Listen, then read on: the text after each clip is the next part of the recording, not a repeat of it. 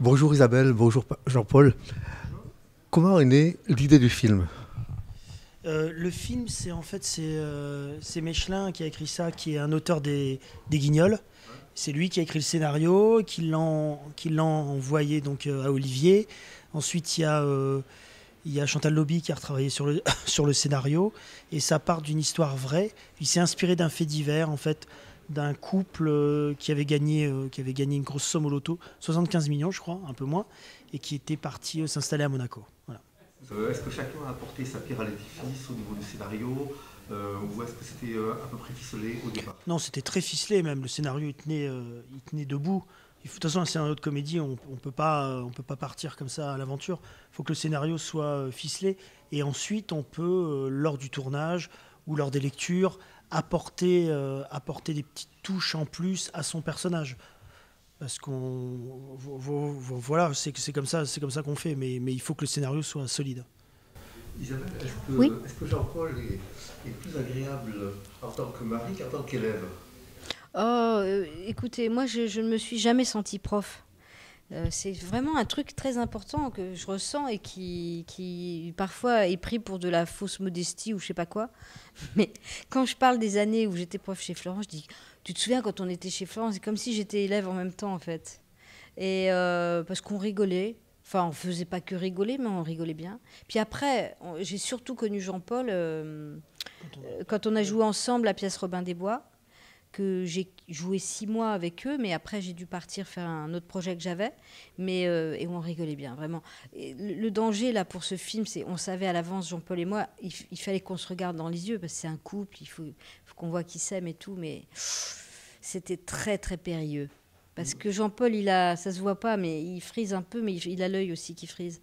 Et ça pouvait être vraiment, on pouvait partir dans des sinistres de journées entières. De fou rire. De fou rire. C'était tout un challenge de petit grapat.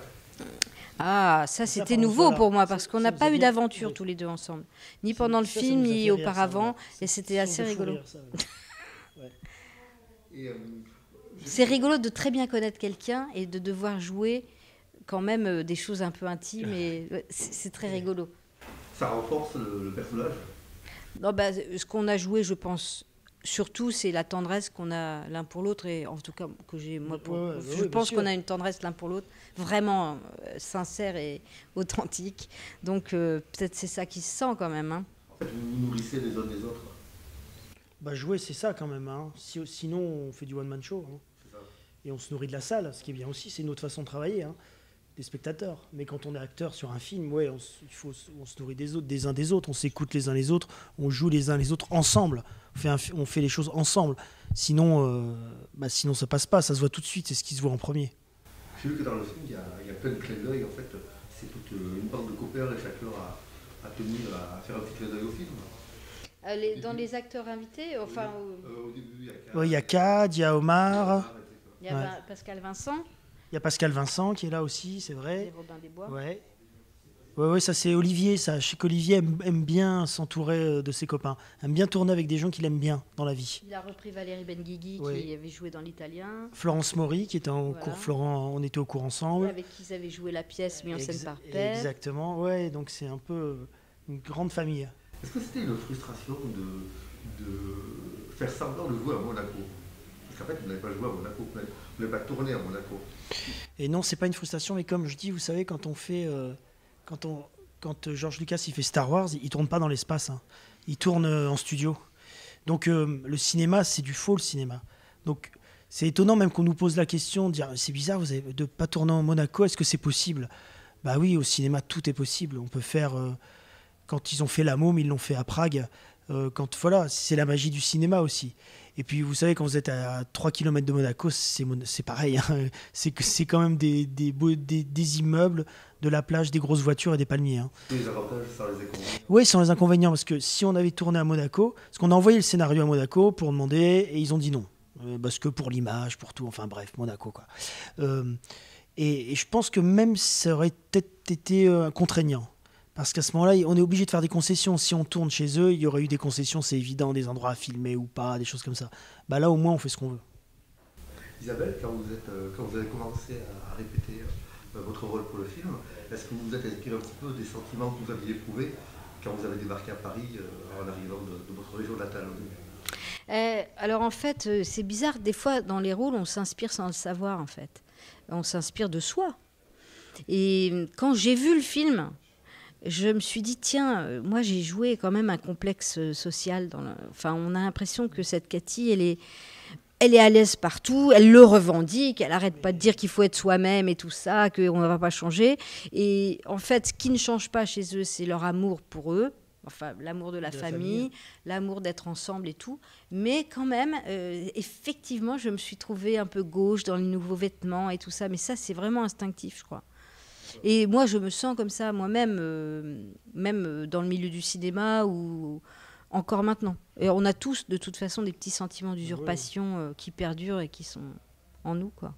C'est un film qui, quand on arrive dans la salle, on se dit, bon, c'est un film prêt à rire, on va rigoler un bon moment, etc. Mais très vite, chacun des personnages sera attachant, très attachant même. Comment on peut arriver à faire transparaître Pour nous, c'était vraiment le challenge, parce que tout ce qui était drôle, le scénario, c'est sur le papier, c'est des mots, c'est écrit. Et c'est la première chose dont on a parlé avec Olivier. Avec Olivier et Isabelle, tous les trois. C'est vraiment, on s'est dit, attention, il ne faut pas que ce soit des caricatures, en fait. Parce que sinon, on ne va pas s'y attacher. Parce que sinon, c'est des personnages de sketch ou des personnages de bande dessinée. C'est pas la vie. Et il faut que, même s'ils sont en haut couleur, même si tout ce qu'on veut, il faut qu'ils soient humains. Et c'est cette part-là qu'on doit jouer. Et tous les matins avec Isabelle, et ça c'est vrai, tous les matins, quand on arrivait le matin, on se disait pas, tiens, telle scène, tiens, telle vanne, on parlait pas de ça, parce que ça c'est écrit, on savait. On se disait, ils s'aiment tous les deux, hein, ils s'aiment, hein, c'est un couple, ils s'aiment. Et je suis content que vous le ressentiez, ça, parce que c'était notre part la plus importante à faire le matin. C'est-à-dire tout ce qui n'est pas écrit, tout ce qui n'est pas dans un scénario, tout le non-dit. Oui, ça prend même pas 5 minutes avant qu'on commence à ressentir ça. Tout de suite, le personnage vous est sympathique. Bah écoutez, c'était vraiment notre challenge. On voulait vraiment ça, ouais, pour pas qu'on reste extérieur. Parce que des films, quand on fait des personnages comme ça qui sont hauts en couleur, il faut le reconnaître, on est sur un fil. Hein. On peut vite tomber dans le superficiel en fait. Que ce soit que des gens avec des costumes et un accent. Voilà. Et puis des perruques ridicules. Et non, il faut les humaniser, sinon on ne tient pas 1h30. Et je crois que aussi ce qui était notre dénominateur commun à tous, c'était de jouer cette famille avec chacun ses petits secrets, son humanité et tout, mais aussi faire que cette famille-là, leur caractéristique, c'est que c'est pas qu'ils sont kitsch, c'est pas qu'ils sont ploucs, ils sont comme des enfants. C'est-à-dire quand tout d'un coup, ils ont le sens du kiff, comme on dit, ils ont le sens du plaisir. Je dis souvent, quand ils mettent des couleurs, eux, ils n'ont pas de critères.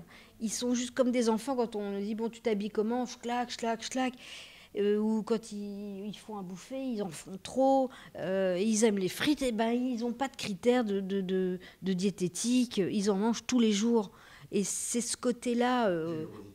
oui, et pas réfléchi, et justement pas à s'observer et à vouloir donner une image. Ils s'en foutent.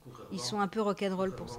Vous enchaînez sur quoi Après, moi, je serai au théâtre. Enfin, là, je suis au montage de mon film, qui sortira début 2012, je pense. Et puis après, je serai au théâtre à partir de septembre. Au théâtre Héberto, à partir de septembre, avec Anne Brochet. Et vous, Isabelle? Moi, je vais un petit peu tourner au début de l'été, là, dans Les Infidèles. Avec Michel Hazanavicius, je tourne, et Jean Dujardin comme acteur. Et après, j'ai pas de projet. Vous allez tourner avec une équipe qui a bien cartonné à Cannes. Voilà, j'ai cette chance.